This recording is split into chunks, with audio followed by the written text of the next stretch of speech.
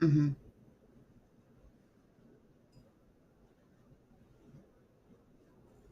Yeah, we do see that here in Florida. My son and I do, we research together, and we definitely see that here, and more along the lines of, they'll take trees and huge, gigantic trees and knock them over, and then the roots, they'll literally like sit behind that huge root ball and right next to a game trail. Like, we see some of those kinds of things here in Florida, but when I saw that on your channel, those videos, I was like, whoa, that was so mind blowing. I mean, some of those trees were over 100 foot long. I mean, Yeah. how big do you think the individuals there on that mountain are? Are they, I mean, upwards of 12, 13 feet or more? Well, there we go. I'm sorry, I just got our other audio up for the KX channel. It's I'm going to okay. apologize again to them. They had video. You guys that were using Streamlabs for this first time, and apparently these settings were all off. So hopefully we're good on the audio on your end. Okay, Yeah, I so hope. yeah, we actually stepped a tree off at 110 feet with a 30-inch base. And Yeah. if you were to chop it off right at the roots, the tree would weigh 18,500. And so with the root mass that's on that, we guess another 600, 700, 800 pounds, something like that. So an individual that would carry that. So we work, a lot of scientific or, logic-based reasoning. So we don't take a lot of assumptions. So with an Hmm. animal versus a human being in size to strength ratio or mass to strength ratio, we could expect one 12-foot individual at max lift could potentially pick up that entire tree. Now, Wow. the wobble effect to it and things like that, it's up for supposition besides just what the numbers would say. But 20,000 pounds would be a deadlift strength for an animal that size. Wow. Now, two of them we figure of that size could carry and get those type of trees in there and set them down. So as far as cooperative effort is, we see also even sizes beyond what we show in the video. We've seen stuff bigger than that. So we assume that two or more get together to do a lot of that work. And Mm. who's deciding where to set it down and all that stuff. Who knows how the choreography of any of that goes?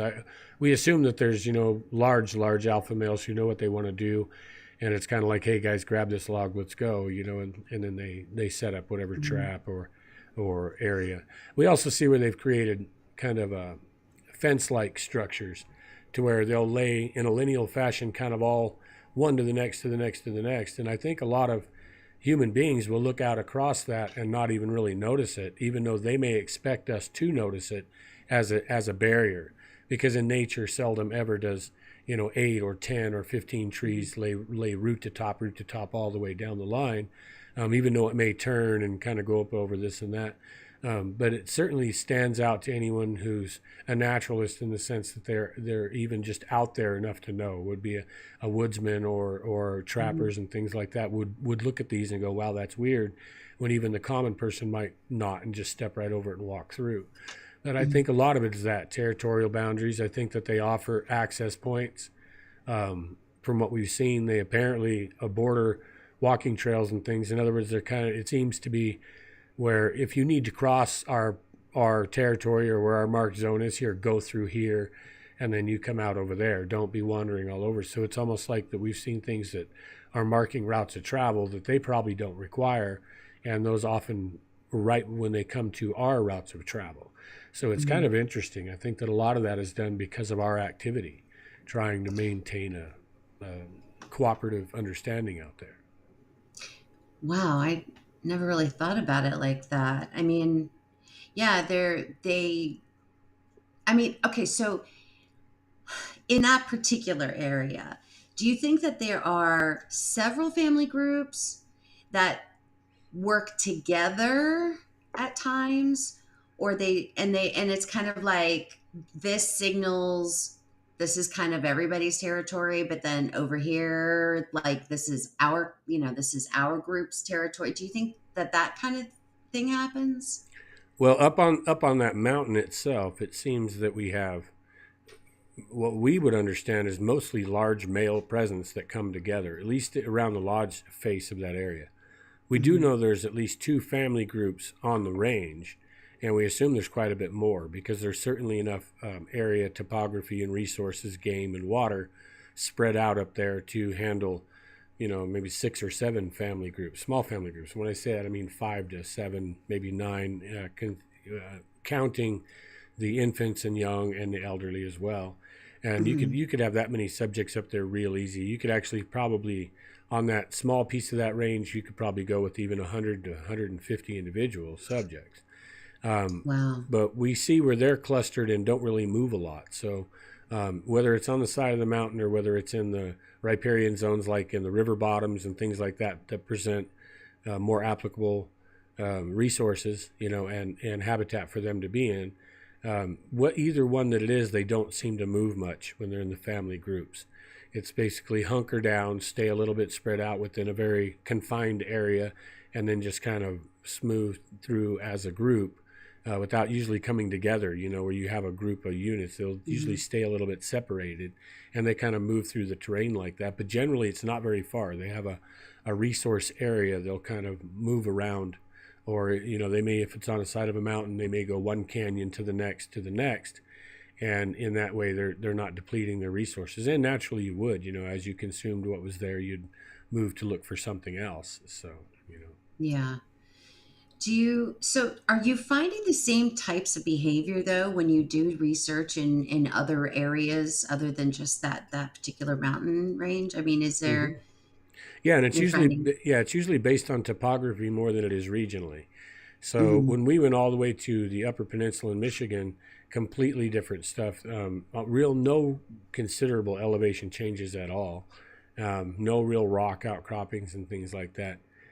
Dense, most of it regrowth, deciduous forest with some regrowth pine mixed in, and but we still see a lot of the same behaviors. So it was still possible to predict where a group would be Hmm. overall, based on whatever the topography was and whatever Right. was there. So if you have a swamp, well, you're probably going to be on the southern end of the swamp, and you're going to be where the least amount of snow falls and the most warmth is maintained, or maybe where there's reeds and things like this. So you kind of know, Hmm. well, they're liable to be here more than anywhere else because this is where you could kind of be winter and summer both. So even in their marking of corridors or the way they mark the places they're staying or they're habituating at that time, so they tend to like break little twigs and things like that. So we see the very same things, 1,550 miles, up in the Midwest or down in the South, or we go up into Utah, and same thing. We're able to pick them up, get them on them, track them pretty quick because they're still doing the same thing. Hmm. Naturally, I think there's overall behavioral differences. Even between like the Four Corners region in northwest New Mexico versus where we are and other places, they can be very aggressive, and the same is actually, I guess, here in around Tucumcari we are. There are stories of them here, and they've all been pretty bad, and they get a lot of aggressive behavior on the res, and there's aggressive behavior in the Sandia Mountain Range where we did the lodge stuff. But when we get into some other areas around Pecos, New Mexico, and down the group we work south of Santa Fe, and those guys, they're real docile, timid. They don't seem to do a lot. Of course, the big male in that group is a little different. He apparently doesn't like people. He's pretty aggressive in nature. He's never been very friendly about the way he's presented himself in the only times I've been around him. So Hmm. Now, is that, I know that in one of your videos you talk about George. Is that George's father that you're talking about that's yeah, can be aggressive? that would be the alpha male, Yeah. and Yeah. we never really named him, only because we don't really give a name until we kind of familiarize ourselves enough that naturally you come to that conclusion. You just come to a Right. name, because when you see the same Hmm. guy showing up time after time after time, you get it Right. gets almost a Right. characterization. You can tell who's leading Sure. the pack and who's running around with who and who's causing the Hmm. trouble and who's not. So, Yeah. but yeah, we hadn't been around the father much before I did run into him, and it took a lot of years even to find tracks of him. And then the day after we did, yeah, I ran into him, and he wasn't very nice. And George had acted a lot different around him than he ever did before. So, in the 6 or 7 years previous to that happening, George was Hmm. always real mellow, inquisitive, a little bit playful, Never was, serious or gruff. And but we noticed around the dad afterwards when we went in and analyzed the situation based on the trace evidence, like the prints, and yeah, we realized who was Mm-hmm. doing what, and George was completely acting different. Yeah, he was. Interesting. Yeah, he had to bow up and be tough and Right. don't be so nice to the people around dad. Yeah. Right. Yeah. Yeah. He had to kind of like step up a little bit and show Hmm. what he's made of to dad first. Yeah. Yeah, Interesting. which tells us how Yeah. dad feels about people, because if that's how Right. he needed to alter his behavior, then he already knows that people are not good. Dad doesn't like him, and Yeah. that's how he acted when he finally grunted at me to let me know that the Like, situation was over.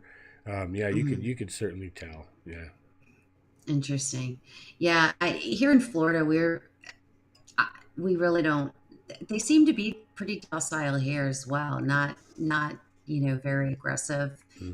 Um, and I think it's interesting that in different places they have different, I don't, and they have different, um, you know, obviously they have different personalities, and everybody always likes to say, well, human beings we're all different, right? So of course they all have their own different personalities and things. But I think that's an interesting point that you make, though, that they, are, they may be wanting to reach out to us and interact with us, but if they have, an alpha male that's not into that for whatever reason, maybe they had a very negative encounter with a human being Hmm. before, and that makes them very leery and cautious and that kind of thing.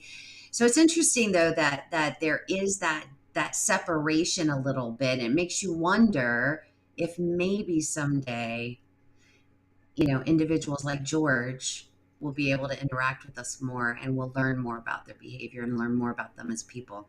Well, I guess there's the potential. There's always the potential. Even culturally, with modern humans, sometimes to break that paradigm is pretty tough. Cultural Yeah. bias and peer pressure is between in higher species is extremely important. We even see it in canines and Hmm. felines and all that too, and it tends to govern their life, because what is the benefit overall to presenting yourself that way to a species when your Hmm. entire species outside that doesn't act that way? There's no true benefit for you to do that. So, Right. so why step over the line if it's just going to cause you a lifetime of grief? Now we see modern humans doing that in a lot of ways, um, but generally not in ways that would have them socially completely kicked out or something like that. So, and when they do, well, they keep it secret. So I Hmm. think that potentially a lot of the interactions we have are that want to bridge the gap. But just like often you have people that keep things sacred, I think they do too. I think a lot of the little interactions are things that they're doing outside of a necessarily a clan or group's behavioral pattern, or maybe even acceptance. That may be a no-no to the group, and then the young ones still want to go over and throw stuff at the campers and Right. have that little bit of an interaction. So, and I think Hmm. that's what most people get to experience. I don't think they get to experience the older, mature adults, things like this, who keep basically their species alive by being completely elusive. In other words, there is no Hmm. time where they see the sense in making that contact, because they probably are aware of the potential adverse reaction to that contact is never probably worth it in their point of view. Right. Yeah. It could end their whole family or whatever. So Hmm. Hmm. So do you feel like that the Sasquatch are, I'm trying to think of how I want to say it. Like, do you believe that they're more than just primates? Do you believe that they're more than just flesh and blood? Do you think there's more to them? well, yeah, but I also think there's more to us, and I think there's been more to Yeah. every human that's ever walked. Um, Good point. Good and point. it's possible there's more to most of the animals, if not all of them. Hmm. You get right down to it in the basis of things. Let's take it all the way to the extreme, is usually where you find your truths and you can bring them back. But we're just basically all compressed light. We're all energetic Right. particles, and Right. that's Right. everything is. So where does Yeah. the actual line get drawn, other than in our opinion? So first you have to Hmm. draw and separate us all from that, to believe that anything that is more in tune with that is different, when really it's what we all are. Just because Right. we or other organisms or whatever don't operate by that, or whatever, is no indication that we're not still all part of that same fluid dynamic, Hmm. of energy and identity and all this. So I believe we're all the same in that way. Um, with human beings, to do the spectacular often or always requires the release of the ego, and which most people can't really do. Even when Yes. they think they're doing it, they're still not doing it. Yes. So if you looked at a cup and said, "Cup, move," and you truly believed it would move, um, it surely would move.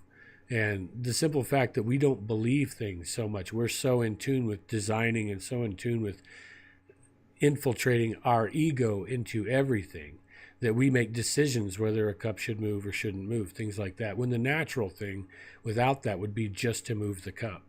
And that's what we found in most everything. So martial arts, or even the second wind, things that scientifically can't be explained, how the body can put up with a certain amount of punishment or have a certain amount of strength and things like that.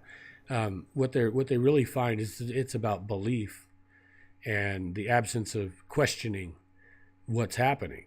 And so when we look at it that way, if a being with the same connection and intellect but didn't have that ego to override the belief, what could it naturally do? And that's what I think that we come up to. And I don't know if we lost you completely off the stream or not. Looks like it. I think for my people, everything's still on. So yeah, sorry guys, sorry about the first few minutes of the show. We recalled the damage in the lodge area that we featured on the video, and just kind of went over the potential reasons that they would have done those type of activities. Other than that, really the only thing you missed was some of my introduction and background, which you guys have probably, most of you have heard before. So anyway, yeah, and it's the first time I'm using Streamlabs, which is pretty crazy. I don't know if she'll pop back in here, or if she said she was having some issues with her internet. So, but anyway, yeah, so we're using Streamlabs for the very first time. Um, if this is a paid deal, we have to pay for this service. It's supposed to be a lot better, and it kind of jumps on the back of the other OSB that we had before, or our OBS, and just kind of host it, but it didn't host all the settings.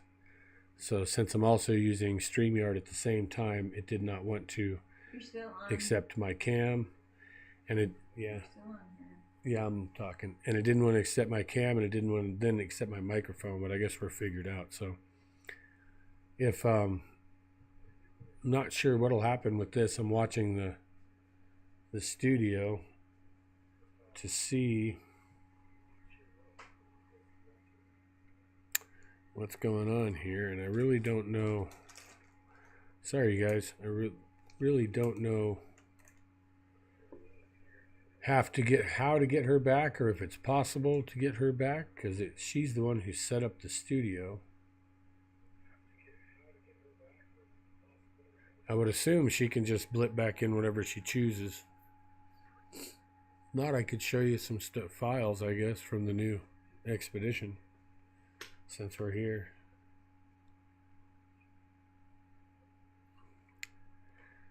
Well, let's hit the live chat. What do we got going on the phone here?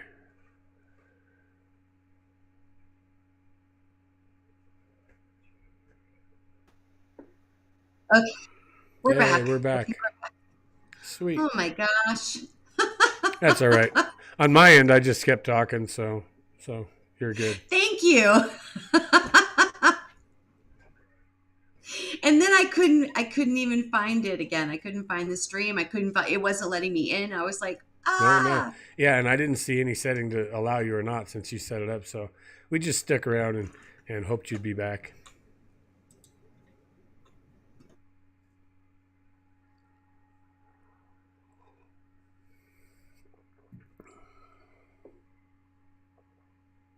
Well, I guess there we go again. At least they got us with a picture this time. That's a little better. So there's no telling, using these streaming software, there's no telling what she's got going on. Pretty interesting. So anyway, Explorer FLQ, thank you very much. Ranger On, thank you very much.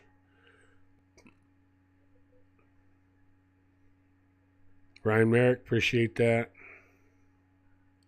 And it's good to see everybody tonight. Les Snow, Sherry Haggerty, Chris, Cryptic Crystal, Gorilla Girl, Marty Dominguez, Mark Bichette. Yeah, it's good to see. Wow, thank you, Terry Foster. Sweet. I don't know what the heck is going on tonight. I love it. I love it. Just kick that imposter out over there, and we'll be good to go. Holy cow! Oh my gosh! Thank you again, guys in the chat. I am so sorry, and everybody watching now and in the future. My apologies. We're having squalls coming through from these storms.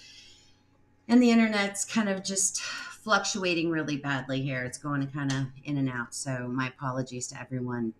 Oh, and don't feel bad. You should see the problems we've had in the past. So, yeah, we've heard other people talking on my stream, and we didn't even know who they were.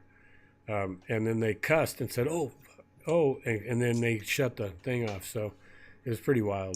So you never know what's going on in the background. You never know. The digital world, right? Yeah. All this technology is just, modern convenience. You gotta love it. Yeah, that's right. I can't even remember where we were in our conversation, but I did want to ask you, do you still feel like the expedition to the Kill Zone Lodge, do you still feel like it was a success? Because I definitely felt like it was. And do you guys plan on going back?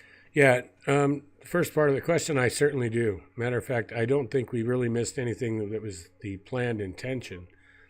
A lot of people responded in a manner as if they had been led to believe that finding the lodge was a prerequisite, that we were going to be able to do that. And that was a portion. That's what we had hoped.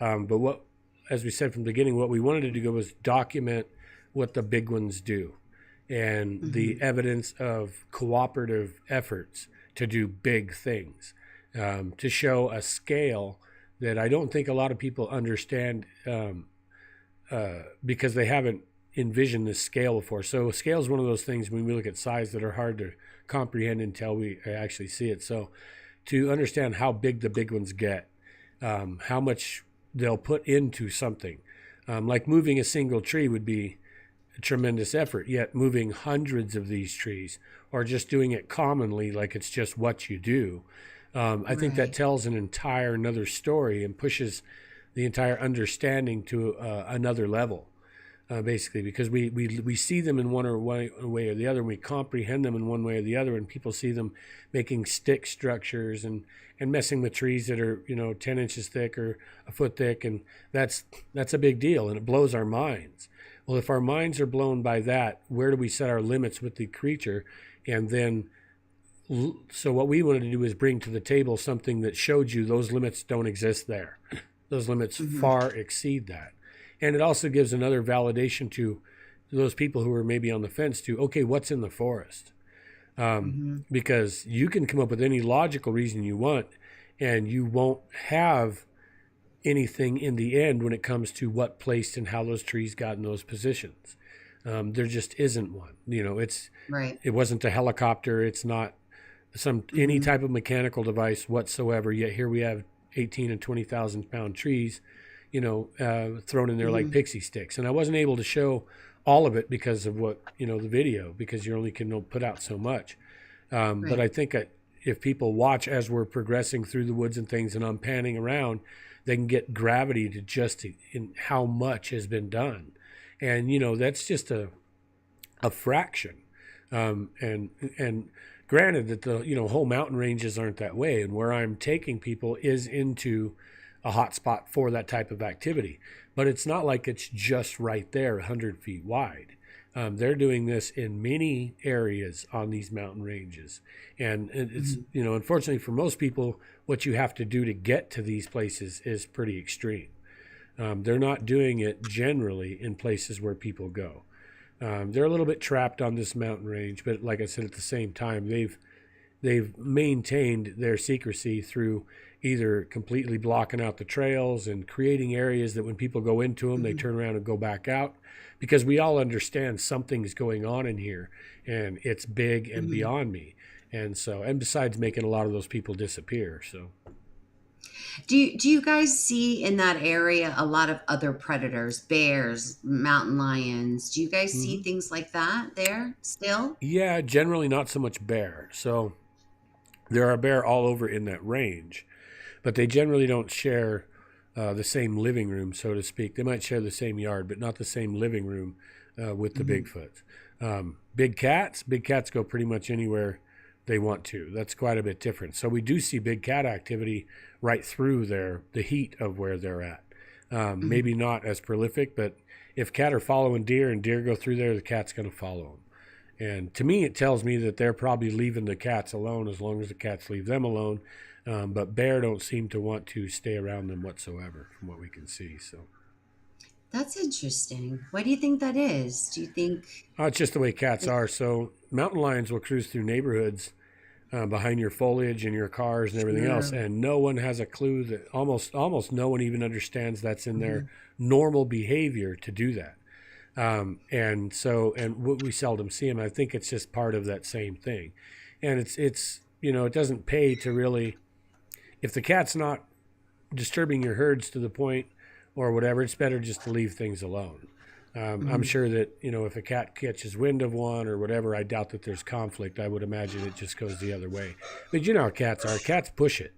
And if it doesn't work this week, they'll come back next week and try and go a little farther. So it's just how cats are, That's true. Yeah, bears are a little more paranoid. So even my cat's like that. Yeah. Yeah, I should be a kitty behavioral specialist. I tell you what. Yeah, and a turtle saver. Yeah, that was cool. That was really cool, and I really thought that was amazing that you did that. Who would have thought to even do what you did? I don't know if anybody saw on Facebook, and I think you even put a video on your channel too, right? Yeah. About how you repaired the turtle shell and. Yeah, and thanks to Tara for finding him, and bless her heart, she's not going to just drive by and leave him there in the road like everybody would. So, what are you going to do?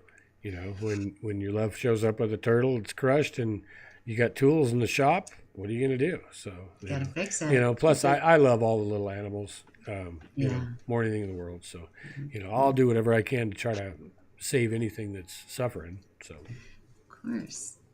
So, do you plan on going back to the Kill Zone Lodge? Do you plan on trying it again? Yeah, we were going to actually hoping for October to do that, and I'm not really sure. So I've got a couple other things going, but we want to. So it won't be probably publicized as much. It won't be hyped as much because usually most people know me. I usually don't do a whole lot of that before we do things, and that was in consideration of other people who were involved. And which I thought was great, and we participated, and it was wonderful. This will probably be a little quieter, but we do intend on doing it a little less formal. I think the people that'll be involved won't necessarily require quite the preparation. Most of them are already prepared and geared up and physically ready. So it'll be a little different team this time around. Yeah, it'll be a little different gig and done a little different way. Gotcha. A little more like we usually do stuff, a little more direct, a little more formal. And we can kind of be hard on guys in a way, and I think we might have hurt some people's feelings or whatever. But when like we maintained since the get-go, we seldom do anything like it's a standard camping trip and everyone's going to just enjoy themselves and things like that. We tend to be a little more hard-nosed about it, and we don't mean to be militant in any way, but we're trying to get something done, and that can. Being that kind of hardcore can offset some people. So the group we're taking up now, they all respond to that type of system very well. And don't get me Hmm. wrong, we mess up like a bunch of drunk monkeys out there, and we're fun and we mess with each other. But Right. when there's a job to do, we make sure we get it done. Exactly, exactly. It's a mission. I Yeah. mean, it's a mission. And Hmm. and it's something that, it has to be taken seriously. It has to. People's lives depend on it. Hmm. Yeah. You're not going up there camping out. You're going up there on a mission, and it's dangerous. It's Hmm. dangerous terrain. I mean, just going on a day hike, you could roll your ankle and you're in trouble. Oh yeah, and when you're working on a trail where So, verified through the USFS, Ron's watching, and he verified, 37 people came up missing in 3 years, and only 4 were ever found. And wow. those on that, and it's on that specific portion of that trail. There's a good reason for that. And when we see those Mhm. massive damage areas and those giant logs and all these things, that's why all that's there. And so, Yeah. yeah, it's pretty rugged. And I want to mention we just did an expedition in the high mountains of Colorado too. We just spent 7 days Mhm. up there, and had some pretty good luck. And nothing like the damage areas of the lodge, stuff like that. But we did really well. Mhm. Got to Mhm. film my shine of a couple guys peeking at us and whatnot, prints and the Cool. general. But yeah, Yeah. I Yeah. can't wait to get back to the lodge area, because that's more the gravity that I like to bring to the table. I like to step up each time we try something. Why are we doing it? Right. And so that has a purpose that needs to get completed. I think that, we did, Mhm. like I said, we did the mainstay, which was to document and show that they're there, what they do, how they act, things like that.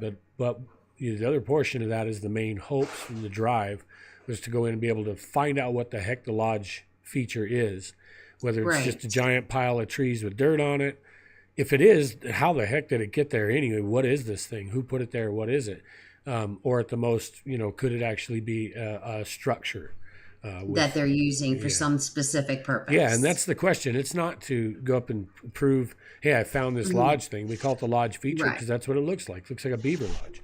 Wow. But it's to find out what the heck it is and try to get to the basis of the bottom of that. So, I mean, people talk about, structures and things, and I've seen some of them, very unbelievable photos of some structures that people have found, and the intricate weaving and placement, and some of them that I've even seen on other people's channels where it seems like, I don't know, maybe they took one sapling, and they, as it was young, one branch is going this way and one branch is twisted and going that way, and it's mhm. kind of, what I mean? It's like very intricate things that they do, Hmm. and artistic almost, you know what I mean? Right. Like, so to see something like that looks like a beaver lodge on the side of a mountain, is that's not there for no reason. I can't imagine they would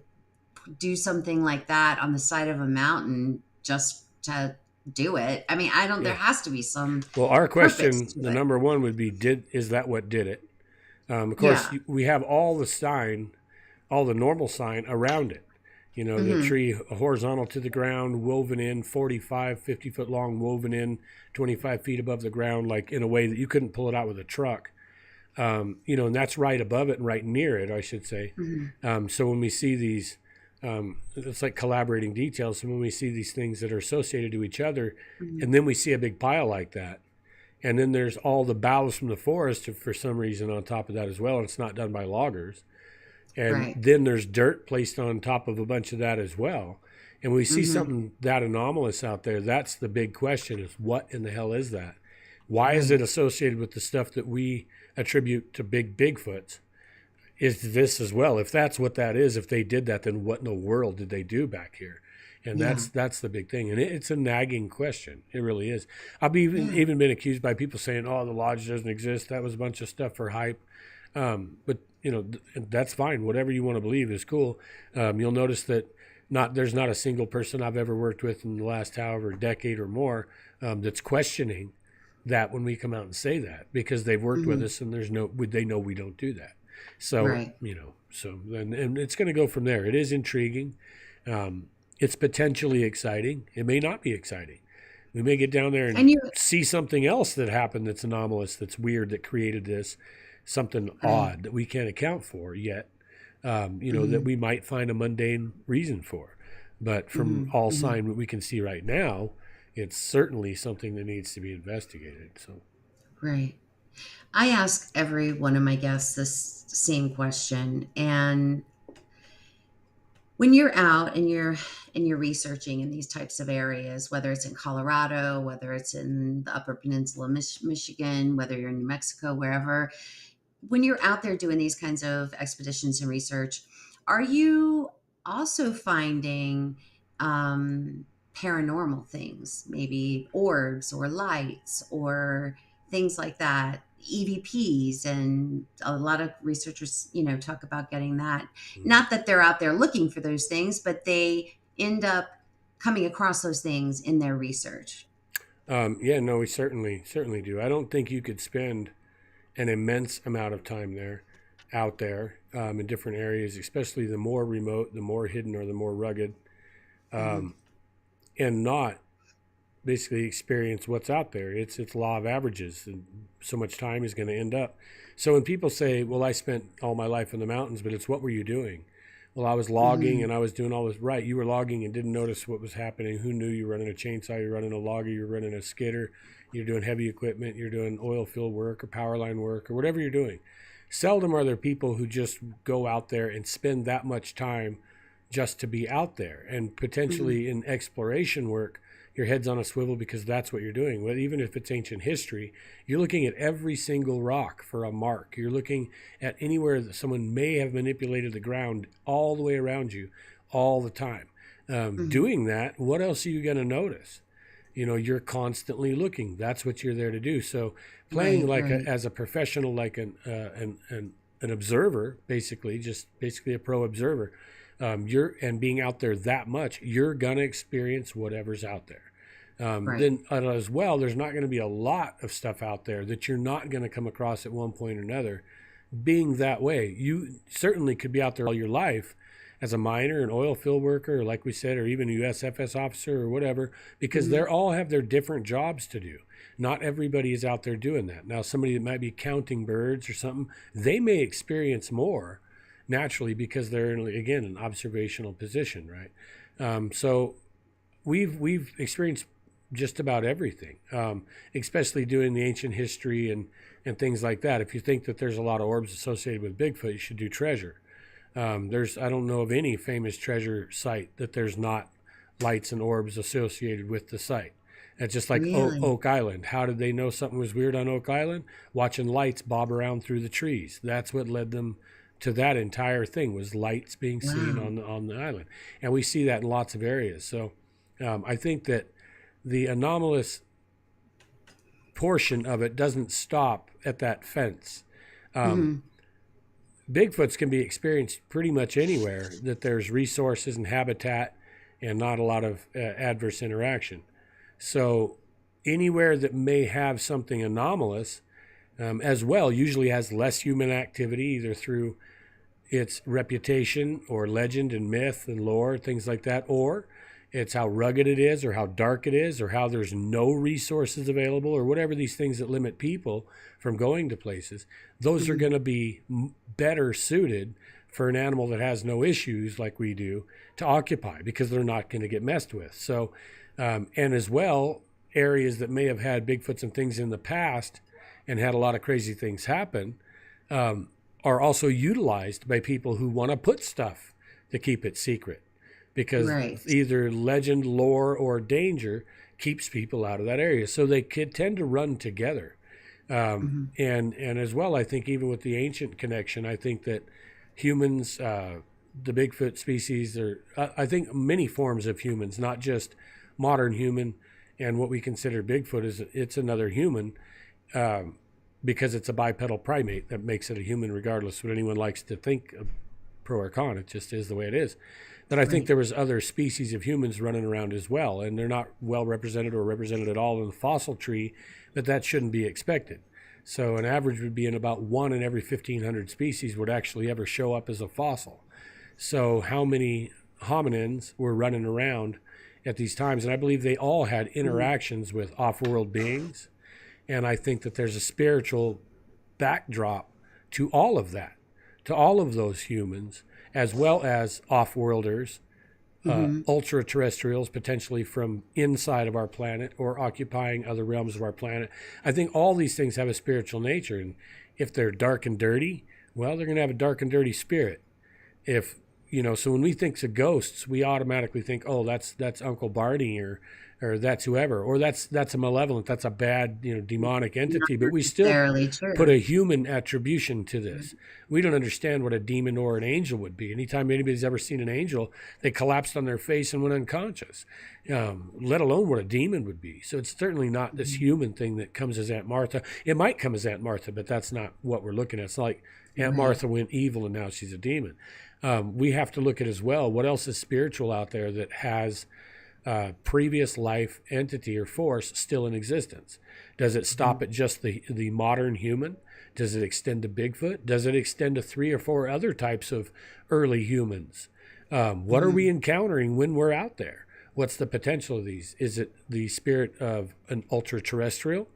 Are these things living beings? Are they spiritual beings? Are they somewhere playing in the realm between because of a natural ability or technology? I don't draw lines on any of it because I think we've experienced things in each of those realms.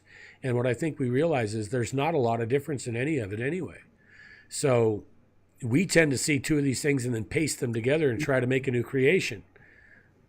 They're all already pasted together. That's what they already are. So to separate them is where we go wrong. We should look for the paranormal in all these normal things. That's why some people have heard me say that the paranormal is not my favorite term, because I believe it's all normal. It's part of the natural order. It exists in this reality. So I believe that stuff is it might be odd to say that, the most, but once you've seen enough and you've been out there enough, you don't draw lines anymore. And you can't. Some of it you could mislead yourself and end up dead the next day. So you don't draw lines, at all anymore. It's just not what you do. Yeah, I mean, the longer I'm in this subject matter, I started out in this lane, and now I'm on the highway now. You know what I mean? It's like all roads go to that. There's a phenomena. There's a phenomena, and it's everything is connected. We're all connected, like you were talking about previously. To your point, that we're all energy. And we are all connected. And I'm a firm believer that, in order to do this, because we're already on the fringe, right? Right. We're all on the fringe of a fringe kind of thing in a way. So in order to do what you do and what I do and what all of us in this, community, what we do, you have to keep an open mind. Because when you're going into it with a closed mind, you aren't going to really learn much. Well, right there. You're taking the whole thing for science. So, science never studies the knowns. It doesn't do that. The whole point is to find out what the unknowns are. Exactly. And bring those into the realm of known, but they have to declare themselves. So when people make declarations like in archaeology, they'll make up entire histories and stories, and they'll often dramatize what's going on in their own life or their culture, their own time, their own demographic, and they'll put this into the story. They'll draw conclusions that manner, and some get pretty ridiculous. And basically they'd have no story at all on a lot of it if they didn't. But people aren't okay with that. Everyone needs to fill in the gaps themselves, and that's where we go back to kind of like ego. If you don't know, leave it in I don't know, because you can make a conclusion, but is that the most logical conclusion? Did you honestly weigh all the potentials? And we do that with everything from cloaking to portals and the whole 9 yards, because we really don't believe in a lot of woo, even though I understand quantum physics, I understand interdimensions, I understand hyper physical technologies as far as the government and off-worlders, and I understand a lot of this stuff because I've been privy to a lot of things in the backside. So I have a different point of view than most people. But what we tend to do is grab a title or two that we hear, and in order to feel stable again, have some foundation, we'll attach to that. Because if not, the I don't know is too shaky, and maybe I need to form an opinion so I have a who I am in all this. So, but you really don't have to do that, and then don't feel shaky, because the details and the points of fact are around us. Sometimes they're not as glamorous as we might think. They might be simpler, but most of the time they lead to more complicated or even bigger things than we imagine. I think a lot of times we attribute traits to Bigfoot that just discredit them, because, yeah, it wouldn't even be special if they could just disappear at will. That's no big deal. I mean, because you can do that, you just do that. But what if you were so good that you could appear to disappear at will at any moment you want to? And you're just that good. You're just that good at psychology, at fooling the mind of the observer, and all these things that we may not be giving them credit for, that are true abilities, that take true. It's like what we say to a ninja. You know, a ninja could, dressed in black, hide in a white hallway, and nobody would see him. You know, he's broadcasting, I'm not here. He's broadcasting, and your mind and the filter and the scheme is believe it, and they erase him. What he's doing takes mastery. It's amazing at what he's doing. Well, if we just said, oh, well, he's just born that way and he has a natural ability, we're taking away a lot of what his mastery is and what he's, you know, the special thing to who he is. And I believe we do the same thing with Bigfoot a lot of the times. I believe that they're just so good. And there's reasons people want to attribute easy, simple answers to their abilities or to their own experience on what happens, because they usually almost never want to say, oh, well, I didn't see him because of my mind, or whatever, or, you know, they never put themselves as what might have been the faulted thing in that situation. Maybe he didn't just vanish. Maybe your mind helped him vanish to protect yourself. We don't know, so why would we draw that conclusion? So an honest person would just say, I don't know, he just disappeared.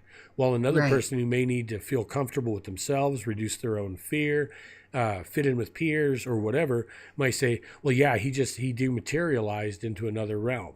When you don't really know where he went and what he did. Visually, you just know he's not there anymore. So, you know, and I think that we get skewed.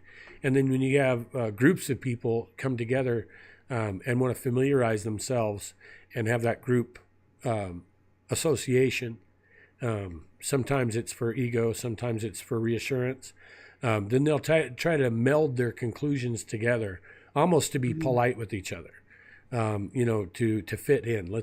We'll kind of bend it a little bit this way and this way till it becomes congenial and we'll all fit in.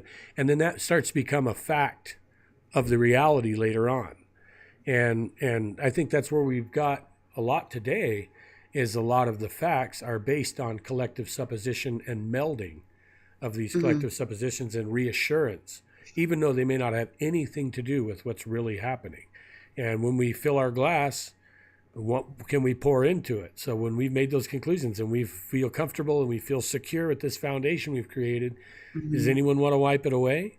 You can't even add you can't even add the truth if the truth was different, because the glass is already full. So really, really well put. Yeah. Interesting. I love it. Do you have anything else coming up? Any other expeditions that you got coming up, or conferences you're going to be at, or anything like that? We don't have any locked down for certain. In January, we may be speaking up in Washington, but I don't know if they've locked that conference down or not. And that would be really nice, because we haven't done one up there. We've been wanting to do some presentations here in the Southwest or in, you know, Texas, things like that. We just haven't really attracted any of that attention yet, because, you know, we just don't put ourselves out there that much. Haven't written a book, you know, and a lot of the other things that get people on those lists. But we do have information to share and present. And so far, each time we've been told that what we bring to the table is completely different than what anyone else has ever presented before. That, you know, everyone's blown away. And because I've never really watched anyone else's presentations, I don't know what they do. We do what we feel we want to bring to the public. But we've got a couple more we want to do this year. You know, we've had some pterosaur sightings, some like little pterodactyls that were spotted. I got to personally, with two others, see one on our way back from Colorado. Oh, that's awesome. I mean, I've been hearing about them, you know, for the last, I'd say 4 to 5 months. So that's great that you saw them. And we were talking about it right at that time, because we were coming down to the valley where we had a report a month before brought to us, a guy that saw one less than a mile from where we're at right now. And we were coming down in the valley. We're about 40 miles away from here. I was talking to those guys saying, well, this is where they're at. And wasn't 5 minutes later, a little small one went directly over the car and right next to us, about 15 feet off the Wow. ground, about 30 feet from us. So we got to see it real well, all three of us. So it was pretty cool. So we've got some other stuff adjusted around that. I'm wanting to get out because we also have reports of full-size ones that are taking livestock. And we've had a couple people approach us and say, it's not big cats taking our livestock. It's those damn giant birds. And then another guy found an egg hatch site up on a mesa in some real rugged country and wants to take us up there and show us where these eggs had hatched. And he said they thought they were ostrich or something because they were so big. And but it's likely to be them. So we have enough coming together now that that's something we kind of want to do before it gets too cold this year or spring next. Are there other cryptids that you've come across or that you have? I don't know. I'm going to just pick one. How about Dogman? No, nothing like that. We no, and Dogman or whatever. I don't even know where to go with any of that yet. Only because I've heard of Goat Man, Bear Man, Dog Man, Right. And basically anything that an animal they can quickly associate with that's covered with hair, that's whatever, and mix it with man. So the only consistent part of any of that I see is man. So I think a lot of that's misidentification. I don't know, if anyone looks at a lot of the primates, are very dog-like. Look at a baboon, for instance. And others. They're very, very much like a dog. And if you were to see something like that, how would you equate it if it was, some form of a baboon hybrid or something like that? Not sure what, some sound thing just went off. Don't know what. Oh, that might be your timing out.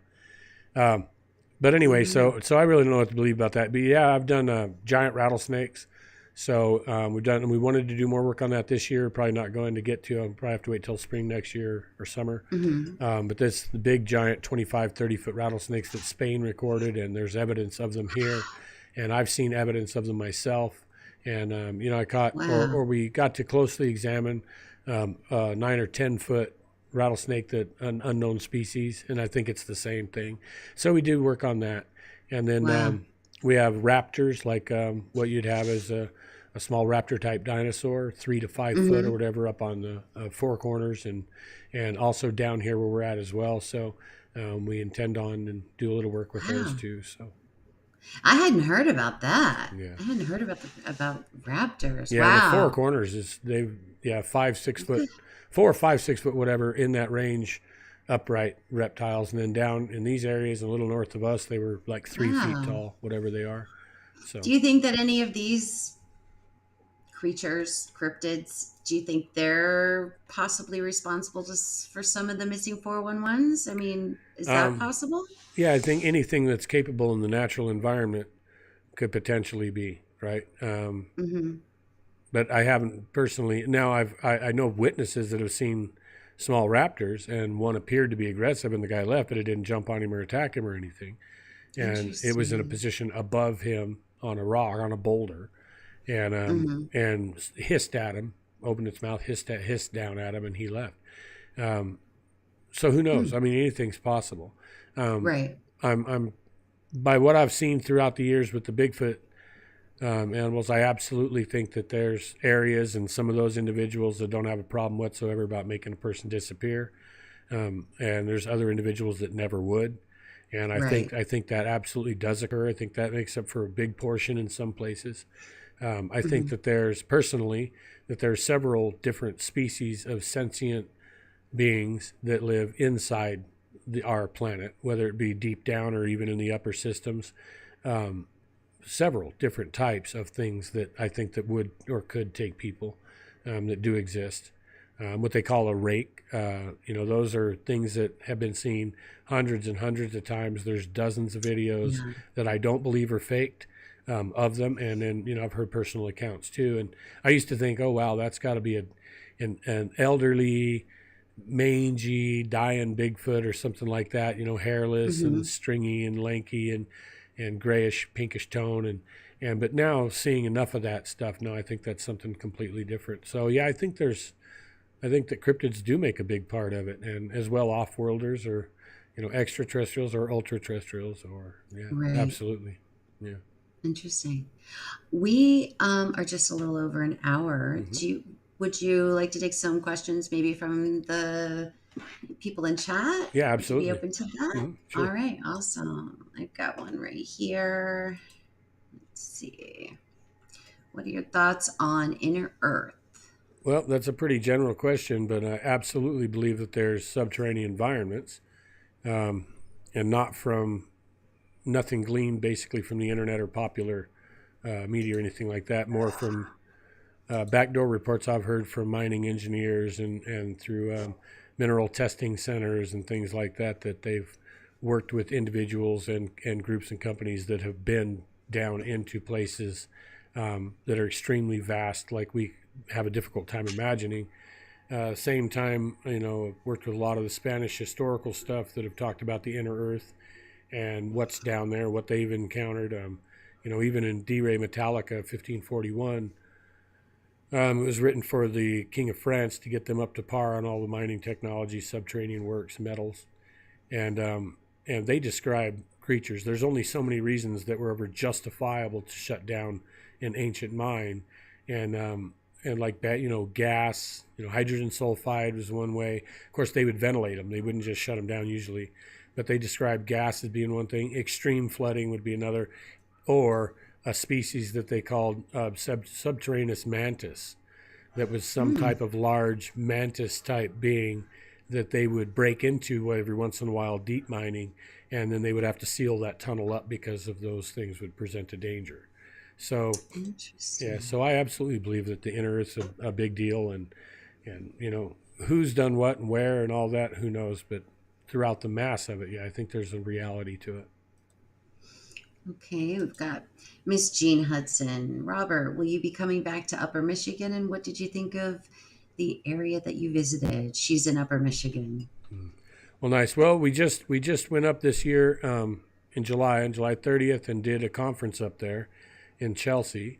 And I don't know when we'll be back or not. I hope to be invited to speak up there again. We've had a couple speaking invitations that didn't work out, and up there. So hope to soon. We really like the area, love the people, tremendous, tremendous people, very welcoming, polite. The research place we went was an experience. It was great. Love the forest up there. Like I said, it's a little less adverse than what we're used to, but it certainly is beautiful. And yeah, I mean, mosquitoes are great. Awesome mosquitoes. If anybody else has questions, please put them in all caps. That way I can see them better. Strangelin asks, Robert, did you do any investigations into Sasquatch or other with J.C. Johnson in the Four Corners area when he was alive?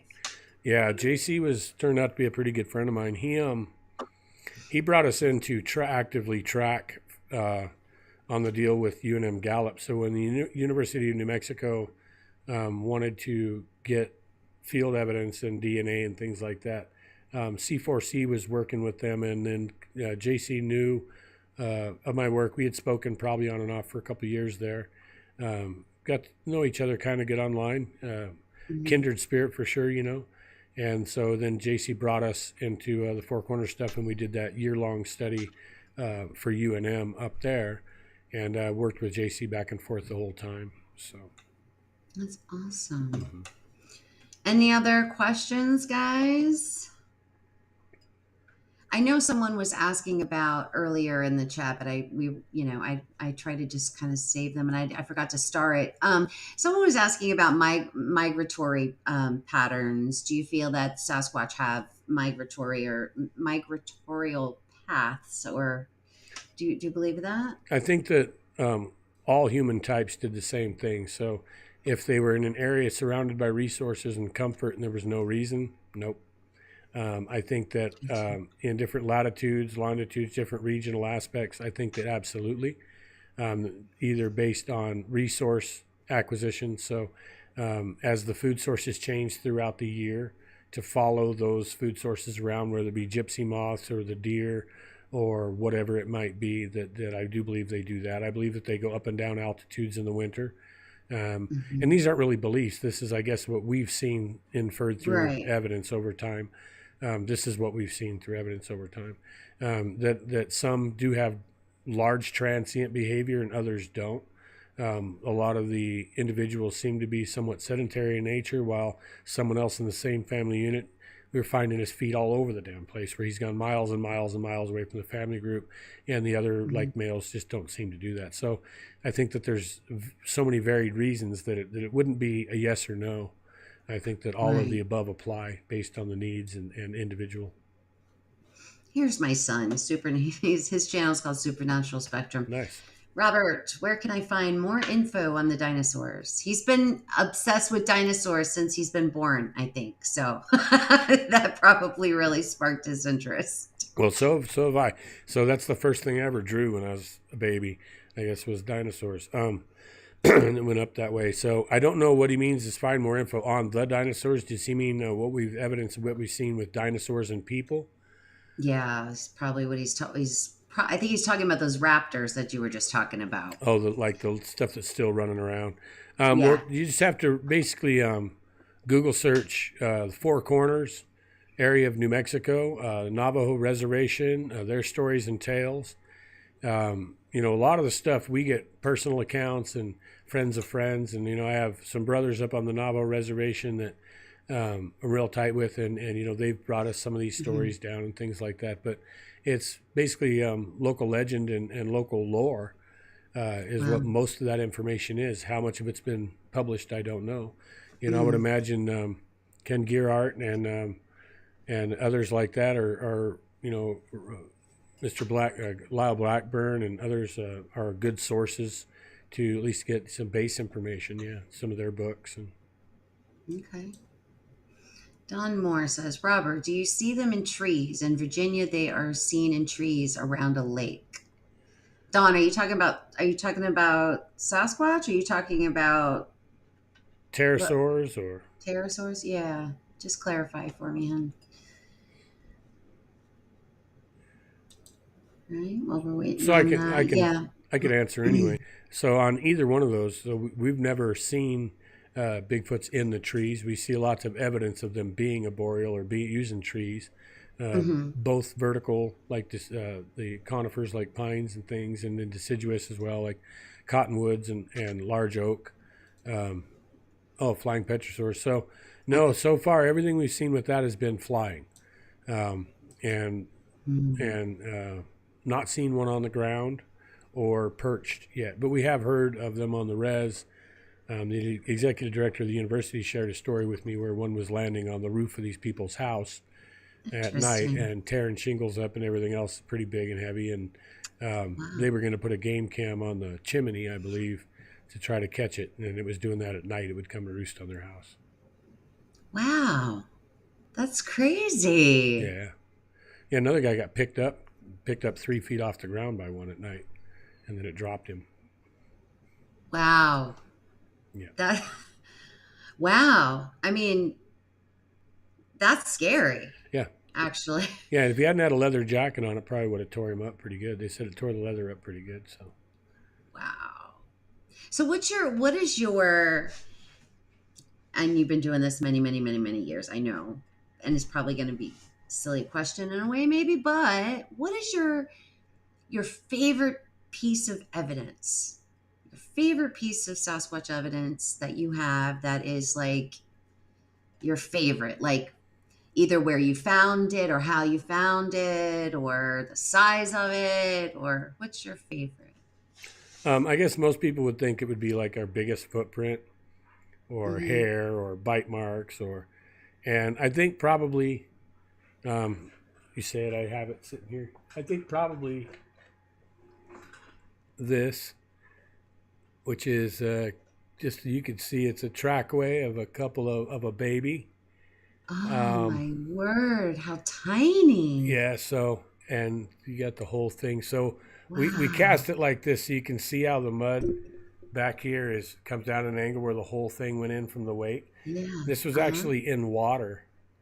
And I don't know if we get a side cast on the lighting or not, but yeah, so this was in water, and and we cast this one. I thought it was really cool just because That's it amazing. showed how they stepped one step over the other step, Hmm. and the shape of the feed, and we knew what baby it was from and everything, and being in water, it was Hmm. just one of those ones where it was going to be impossible, and I could actually get the step in the gate and how they planted and how the weight sank, and so I think probably this one just because we know what it's from. It's from the Yeah, family unit we research a lot, and it's from one of the kids, and that's I think amazing. probably that just because it's odd and it's something that we may never get again. That's that Right. nice That's super that rare. shows all Yeah. that's where because if it was dry earth, the compression, the weight down on it, you can see how the Hmm. weight changed in the material, and it tells a whole story about whatever's took those steps, not just the regulars. So I think it was just kind of an Yeah. exceptional piece. How often do you think they have offspring? Do you think they're, like women, like, I don't know, 9 months and, maybe they could have a baby once a year or Oh well, I can just tell you from what we've seen inferred through evidence was every couple of years, there every would be couple of it'd be years? an infant introduced again, and so who knows why? Probably because in the first year that Mhm. the female's probably literally arm in arm busy with that offspring, so she's probably not acting in the same Mhm. manners as she would if she wanted to get a baby and reproduce. So, Gotcha. who knows how long that takes, but that's just what we've kind of seen. Because over the years that we studied that group, and it wasn't like they kept having children. They had a little one apparently, and then within 2 years after that, they had another little one. And then we didn't see sign after that of having another one. But that's the spread that was between those two. And we don't really have any evidence that the same female had both of those young, even though that's our Hmm. assumption. But Interesting. Yeah, I mean, it's, to me, it's fascinating to learn about their family life. To me, I just think it's fascinating, and and that's another thing that just drove me in, like, into your research, because you do that, that behavior you're mhm. seeing, you're documenting the behavior, not just the evidence, and that's, for me, that's, I just think Yeah, that's amazing. people tend to think that we are out there trying to get a film of Bigfoot. And Yeah, that's like we that. already kind of beyond that. We understand Right. the propensity of that occurring, and we understand that it's just as Mhm. likely we'll get that doing the other work as we would if that's what we were focused on. You're no more likely to get it one way or the other. Because Yeah. the moment you're as prepared as you think you are, the moment you're not prepared, there it is, and then it's gone. It happened to me Right. up there in Colorado, quarter to 11 in the Mhm. daytime, had all the cameras off because why in the world would you have all the camp cams on in the middle of the day like Mhm. that? And yeah, I looked up, twig snap. I'm the only one sitting there. I look across the fire or fire pit, or in, like I said, Yeah. almost midday, and there was one standing there and bolted off between the trees. And it was the same one that had come the night Wow. before, and it was gone, just gone. Ghosted me immediately. It was so good, and but yeah, I mean, so we're totally prepared. Had cameras and trees and had cameras everywhere. Sure. Yeah, right then, boom. So yeah, it doesn't even give you an advantage, even thinking you've got it, And so we don't tend to try to go out there getting Yeah. that. What we want to do is understand them, and so Mhm. I try not to. I try to get close to them so everything's real fresh. Right. Sometimes we don't try to get in with them, but we do try to raise the likelihood that we end up where they are when they are, and just Mhm. because that's a whole nother aspect. So what I'm really interested in is what do they do when we're not around? How do they live? Who are they when there's Right. no people involved? And so we can't Right. do that if we get to them and disturb them, and then we're getting what they do with us, and which is good too. And I'm not saying that's not good. It's really good to have that understanding, but more so, you know, um, who's going out and getting mice or getting rabbits, and and who's running this way and going that way, and who's going through the thick brush, and who more or less gets in the open, and so Yeah. getting those kind of visuals and understanding, and where do they all go to the bathroom, and do they all go together, and so Mhm. we learned that they do, at least in this group, and things, and what they're careful about, and you can very well get to know them by doing that, because you see them hiding their prints, or you see them doing things where you understand that, wow, they're nervous about leaving prints, You know, you even How do they hide their prints? What are some of the ways you've seen that they by hide same them? same way that people and even a couple animals that are aware, like wolves are real weird. They'll do things like that, um, stepping in places that don't leave prints. A lot of the adults will purposefully walk around this, do this, and this, not to leave a print in anything. And Mm, where you'll see the smaller from 14 inches and down being a lot less careful. And what it is that they're real haphazard when they're really small. 4.5, 4.25 inch up to 9, 10 inch, something like that. They're pretty haphazard. They'll go just about all over the place, mm, and then up to like 14, you very rarely find them. And then above 14, you start getting 16, 17, then you almost never find them. And then when you're talking 18 to 20, 22, 23, they're, mm, it's almost impossible. And those reasons is because they get good. So they're learning about how to avoid making prints, how to avoid leaving prints. mm, And I think that they track. And so they're well aware of their own tracks. And because we see them, like I said, doing that. So we've seen them having to collect like a little one that runs right out in the mud, totally exposed. And then a big one take a step or two out in the mud and then just grab it. And then when it comes back, step right back in its own footprint again. So it didn't um, even want to make a new print. It stepped back in its own print or over its own print, then hit the bank.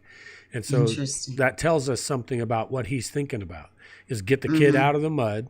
I mean, just pick him straight up, stop that marking that's happening, and make as least amount of mark as I can doing it.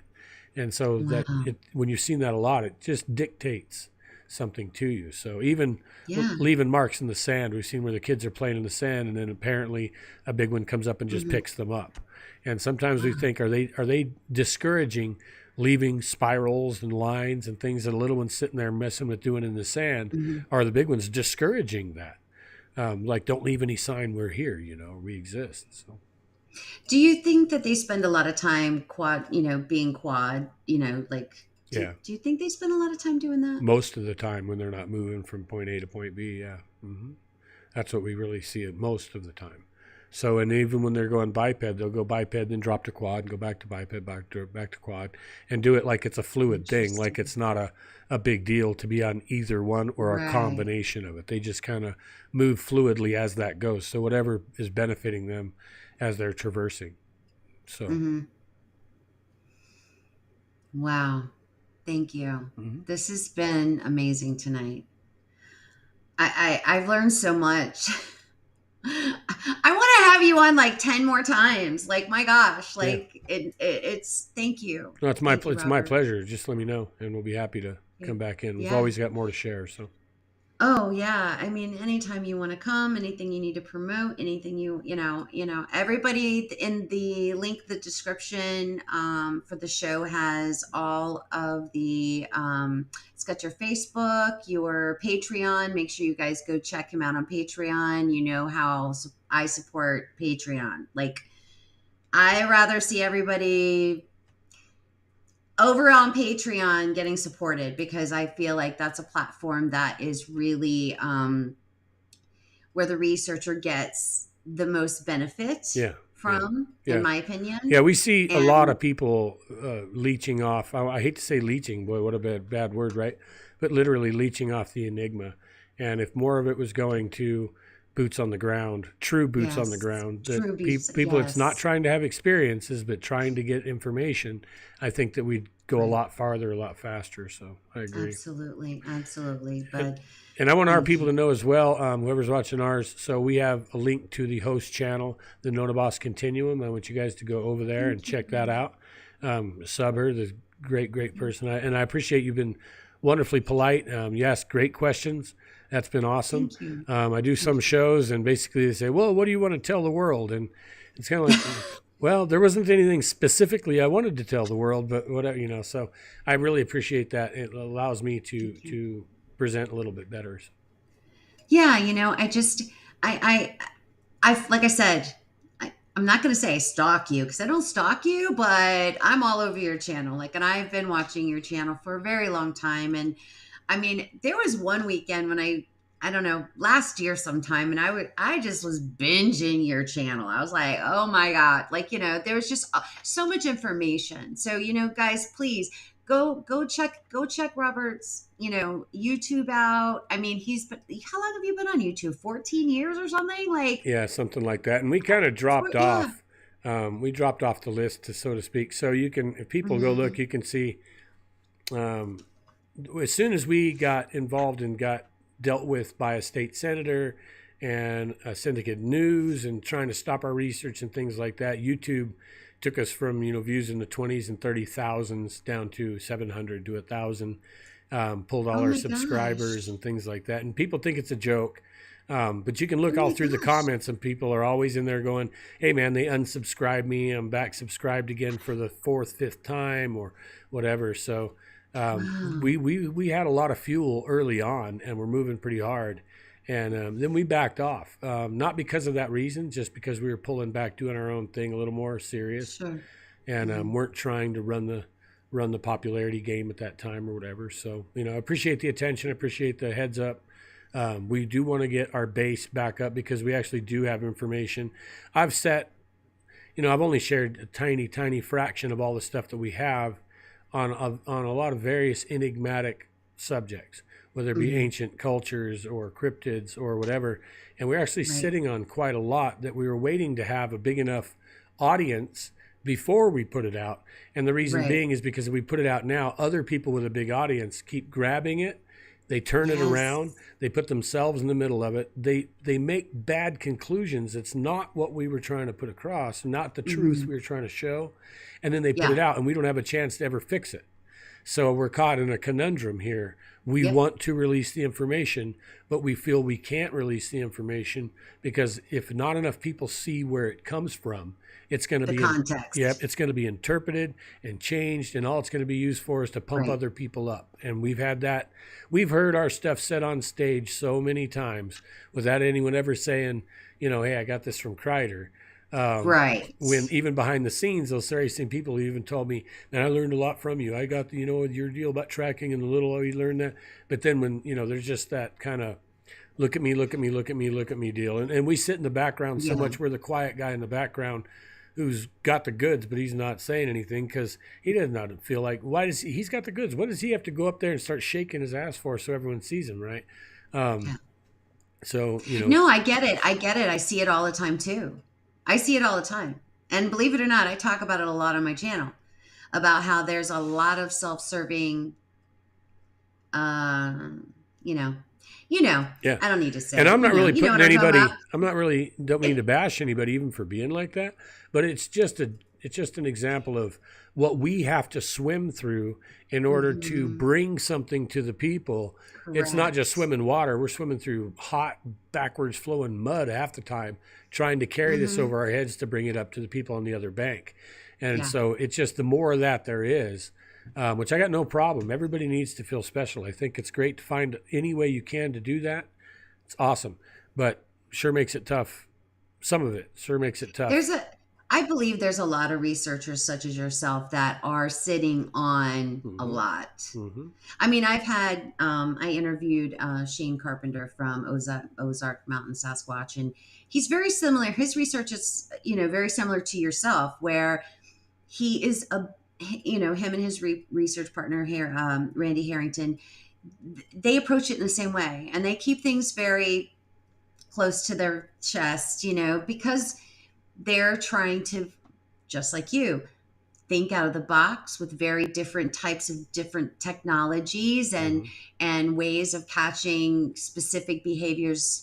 I mean, Shane had shared on my channel that he was only just a few feet away from a juvenile, and he talked about that experience. So there are researchers who are out there that are looking for the truth, but they're not sharing all of it because, like you said, you have to be careful, because you really, in order for to present it correctly, there needs to be context, and there needs to be, a specific way that it needs to be, the story needs to be read, right? So I I appreciate that. I do. And I know that most of this community respects that. Hmm. Yeah, I Yeah. think so too. And a lot of people are scared of ridicule, and they think that's the reason. Hmm. And with us, it's certainly not that. We've whatever. It Right. doesn't bother me a single bit. You can do all you want. Um, it is literally watching what we've done. Um, Coming up everywhere else, and literally the misinterpretation is really what boggles my Yeah. mind and is the most frustrating for me personally, because the fact is declared by itself. We present the evidence, and we also present uh, the potential for what that fact is establishing. That series of facts. What are they saying? What is the declaration? And this is what we see flipped around by people who don't understand what they're sharing. They take the Hmm. information, they present the information, but they themselves have never tried to involve themselves and get in depth with what we're presenting. Right. Here's the conclusion, and based on the evidence, and they'll not do that. They'll often Hmm. present the evidence, and then they'll change the conclusion to fit in one To another. fit their Yeah, narrative. and it's upsetting because we don't have a Yeah. narrative. The narrative is being created by the evidence. That's it. Right. Because Yeah. really, in a weird way, who wants to be wrong? So most people don't want to be wrong, so they'll continually to Hmm. badger the falsehood. With us, man, we're scared to present any falsehood because it's going to come back and bite us in the ass, and in a sense, we're going to be Right. wrong, and we don't want to be seen that way because we want to be trusted. Because we realize there's so many people out there looking for answers in the world globally, not just on Bigfoot, but everything else, that Right. they need to have someone that they can trust that's going to bring them that interpretation, whatever is declared by itself. So they're not steered by someone's wants and wills, agenda, ego. It just Hmm. needs to be that natural progression from the field to the people.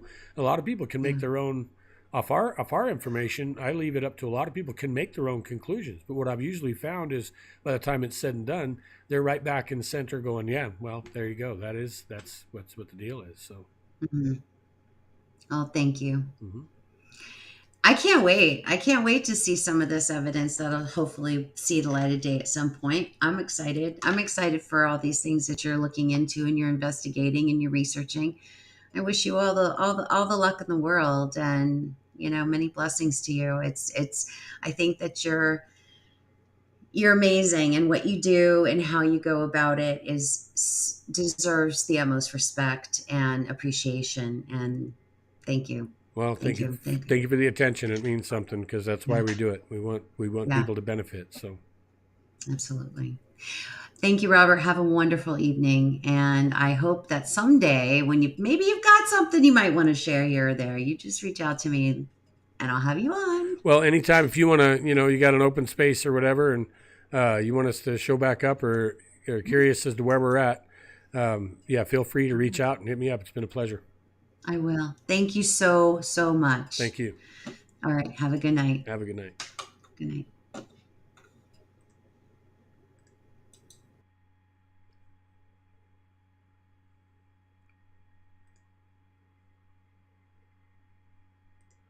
Okay, so wow, I can't believe that camera came on. So, how's everybody doing this evening? Um, we are off that broadcast, and now we've switched back to our standard broadcast. I'll try to get some of the chat addressed here. Let's see what we've got going on. World Bigfoot Radio. Great to see you, Duke, Vanessa, Deborah Irwin, Digger Dog, Illinois Sasquatch. Wow, awesome. Trying to get everybody here. Brian Merrick. It's amazing stuff, you guys. Amazing stuff. All right. 30 Act 6 USMC. Good to see you here. Been with us a long time. Appreciate it. Shalini Sampson. And I'm going to take that question. Thanks, Shalini. You said, Rob, you heard them talk. Yeah, absolutely. We have heard them talk. We heard them talk even on the lodge trip. There was a couple of them talking up on the hill up above us. It was kind of cool to listen to. We've also recorded them arguing, things like that, in the past. I'm not sure we have those old records anymore. But yeah, so we have heard them talking. A lot of times we can't hear like the words or what's being said. We can't make that out, so to speak. But as far as the speech, yeah, absolutely. Yeah, I'm going to go back through a little bit of these and see if we have some questions that need to be investigated. Yeah, you're right, brother. I need to write a book, Ron. You're right. I got a lot of things to put down. I've got my outlines and things written, but I just haven't got to that point yet. Deborah Irwin said, Rob, what's the most paranormal thing you've experienced with ancient digs? UFOs and spirits and Bigfoots, same thing. But probably overall UFOs. I got nuked on a treasure dig when we were doing some deep excavation in a series of faults, and I came out of the ground and got nuked by a chrome ball in the sky on site, and lost half the hair on my head for 2 years, lost all my eyebrow and eyelashes and mustache and everything here about 3 inches high and all the way to the back of my head for a full 2 years, and destroyed all the electronics in my truck, destroyed all the electronics from the dig, stuff like that at the same time. So apparently I got EMP'd, but that was by a chrome sphere. I couldn't tell how big it was. It was anywhere from 3 feet to 20 foot in diameter, because the altitude, who knew? And so that would probably be the strangest, I think. Let's see what else we got here. Not too many questions. Dwayne Ayers, I appreciate all the compliments, though. Big Racer, Oracles and Beyond. And I really want to appreciate and show appreciation to our Patreons too. Thanks to you guys for sticking with us. We lost someone recently. I hope it wasn't anything too difficult or bad, but we really appreciate it. We have very few people that step up to support our work, and we really don't get much for it. So, but what they do is great toward keeping our platforms running. So we haven't quite got to where the streaming system and the internet and things like that are self-sufficient. But we really appreciate you guys taking a major bump off that for us. That's big. Without you, I don't know if I'd be able to stay on or not. Not with this good stream quality and things like that. So, thanks you guys for compliments. Wonderful show. Okay, well,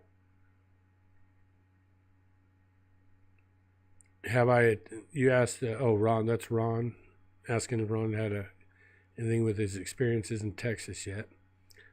I need to have Ron back on with me again. It's been too long. Vanessa Doe, appreciate that. And I hope people do learn a lot from my videos. That's why I don't keep the tracking and the little things like that to myself. I tell people so they can repeat that and have their own successes. We could use those things to, quote, quote, get us ahead in the research field and things like that, but we're not really down with that. We don't really care. You end up ahead by doing good works. Don't need to keep away the secret from everyone. Ranger, you were subscribed. Oh, great. Well, yeah, everybody that's seeing this, make sure to go subscribe, resubscribe, do whatever you need to do, because, even if you subscribe, the chances are you maybe have been removed or maybe removed in the future. So, Jeb Baldwin, appreciate the compliment. How long was I with JC Johnson? A few years that we talked, and we probably talked for, probably since 2008 or 9, and then we started working together in, I believe, 2015. So, and then 2017, I think we finished on that stuff.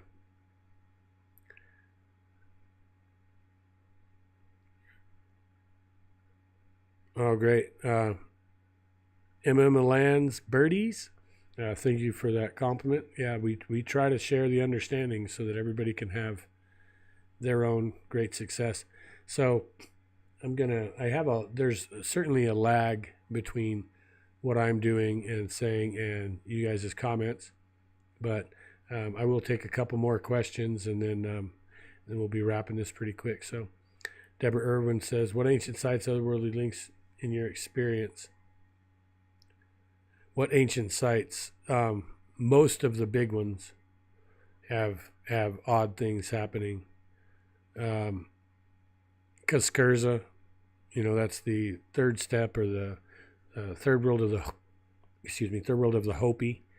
We found that in 2004. That has some pretty odd things going on there. One of the sites we call 0 point, that burns up equipment in our hands and attracts lightning and a bunch of other stuff like that. It has a huge, what seems to be a proton field being emitted from the hill. Usually have real odd spiritual stuff. I don't know if we call it cursed, but there's usually some type or another of, let's say, entity or consciousness associated with most of the big treasure sites, and whatever they are don't seem to like anyone messing with their stuff. So we've had quite a bit of that kind of crap. Andrea Bronkow, thank you for the consideration and the appreciation. WBR, yeah, thanks a lot. Hey man, you too. There's a lot of people that are up there in the lead lap. Just most of them are pretty quiet. You know that. And the loud ones aren't in the lead lap. You know that too. So I had a question about when you think they reach maturity and how tall do you think they are? And that one I can answer pretty well because we've done a lot of that research on that. Basically, maturity, let's say when you're going to leave the nest, so to speak. Let's say you're going to college, but you're still living in mom and pop's house when you get out of college. That kind of thing, or your first job and your first apartment, and you might have to move back home.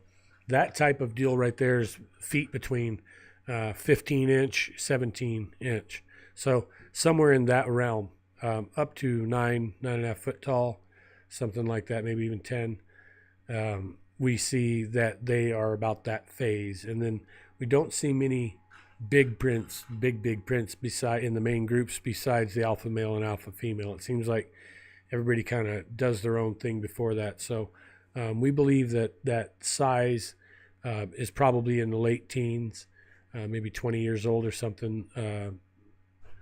Anywhere between 15 and 20 that they reach in foot sizes to 16 to 17 inch, and then they're maturing out at that point.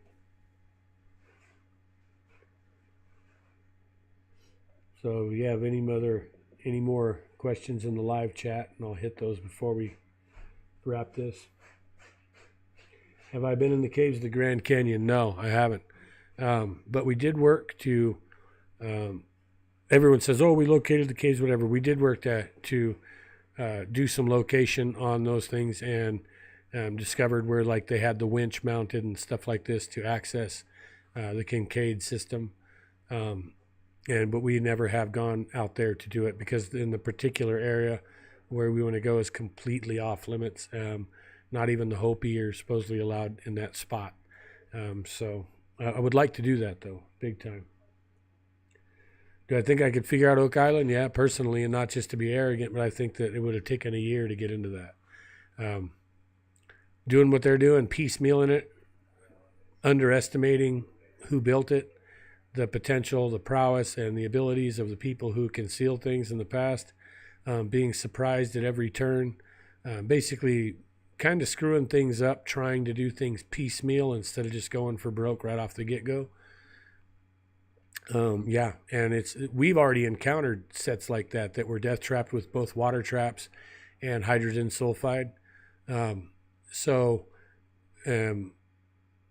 It's not uncommon. So they didn't know or what to expect or how to deal with any of this stuff. And then they took it for granted that they wouldn't do immense amounts of work.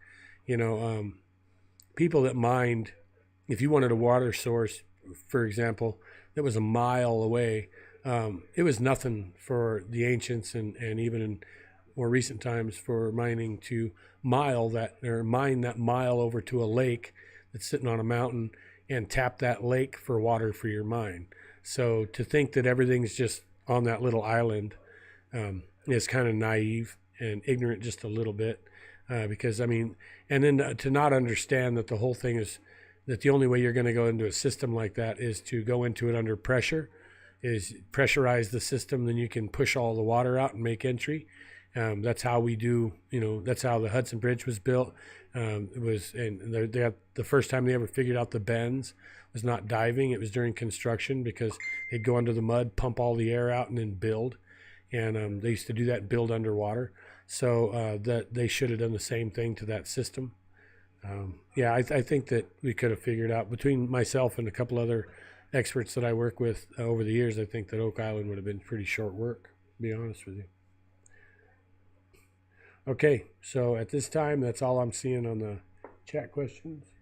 Oh, no, here we go. Shalini Sampson says, Rob, have you worked outside the USA on Bigfoot? No, we have not worked outside the USA on Bigfoot. Not yet, but I would love to go to Mexico and South America. Both has the same type of creatures described, even in the Amazon. I would love to try that. And Canada, of course. We've been to Alaska, but it wasn't doing Bigfoot research per se, so I can't claim that to fame. So no, nowhere north of Washington State and nowhere south of New Mexico. Okay, so that's what we're coming up with now. See if we have any more questions pop up on here. Like I said, I've got a couple minute lag time. But probably won't push this too awful far. I will say apologize for the delay in the beginning but Streamlabs, like I said, wasn't showing the stream. Everything had to be reset, and then the audio didn't come up and find that microphone. So, but nobody missed much. It was pretty much just my introduction, and like I said, just a little bit of talk about why they did big tree damage in the Sandias. Thanks, Brian. Appreciate the optimism. Okay, with that, you guys, I'm going to go ahead and wrap the stream up. I appreciate everybody showing up this evening. Really hope you guys beam in for the next one. Look forward to the Colorado expedition video that'll be out soon. We came into a problem and lost about 150 gigs of video, actually everything. The 250 clips that I had already made to produce disappeared. So I was able to retrieve about 23 gigs of video, most of the important stuff, from a cloud server that I had posted to share it. So I did that, and I'll be reproducing that whole thing. It won't have, I was going to put in a lot of the camp footage and a lot of the bee footage from how things go and what's going on. I won't have a lot of that to do that. And it's going to be basically the highlights. But we're going to be having that posted in the next few days. So I want everybody to look forward to that. Yeah, that's it. Shane Gabbard, how you doing, buddy? Andrea, Robert Duvall, good to see you too, bro. Don't know if you guys are just getting in here, if you've been in here, but anyway, if you're just getting in, go review it. It's a pretty good show, and good people that I did it with. A lot of people I'm kind of, she seems really cool. So you guys go check her channel out and it's listed in the description below. So in our link, we have a link to her as well. We have a link to our Patreon and stuff like that. If you want to support the stream itself, you can go right there below in the description bar, and it's going to have a Streamlabs link. You can go there and just make a donation to the subscription itself, or you can support our teams, or you can buy a t-shirt or some cool merch, and we'll have out a little more of that pretty soon. So everybody have a good time. Look me up on Facebook. Look me up on YouTube here. Feel free to chat with us. Subscribe. Please resubscribe if you're not. If you want to reach down and give us a like, that would certainly help get this stuff pushed out so more people can see it. The more people that see our information, we get an audience big enough, we'll start dumping more on the table, a lot more. But like I said, we need to get the audience built so that other people who have those big audiences can't take what we've got, reinterpret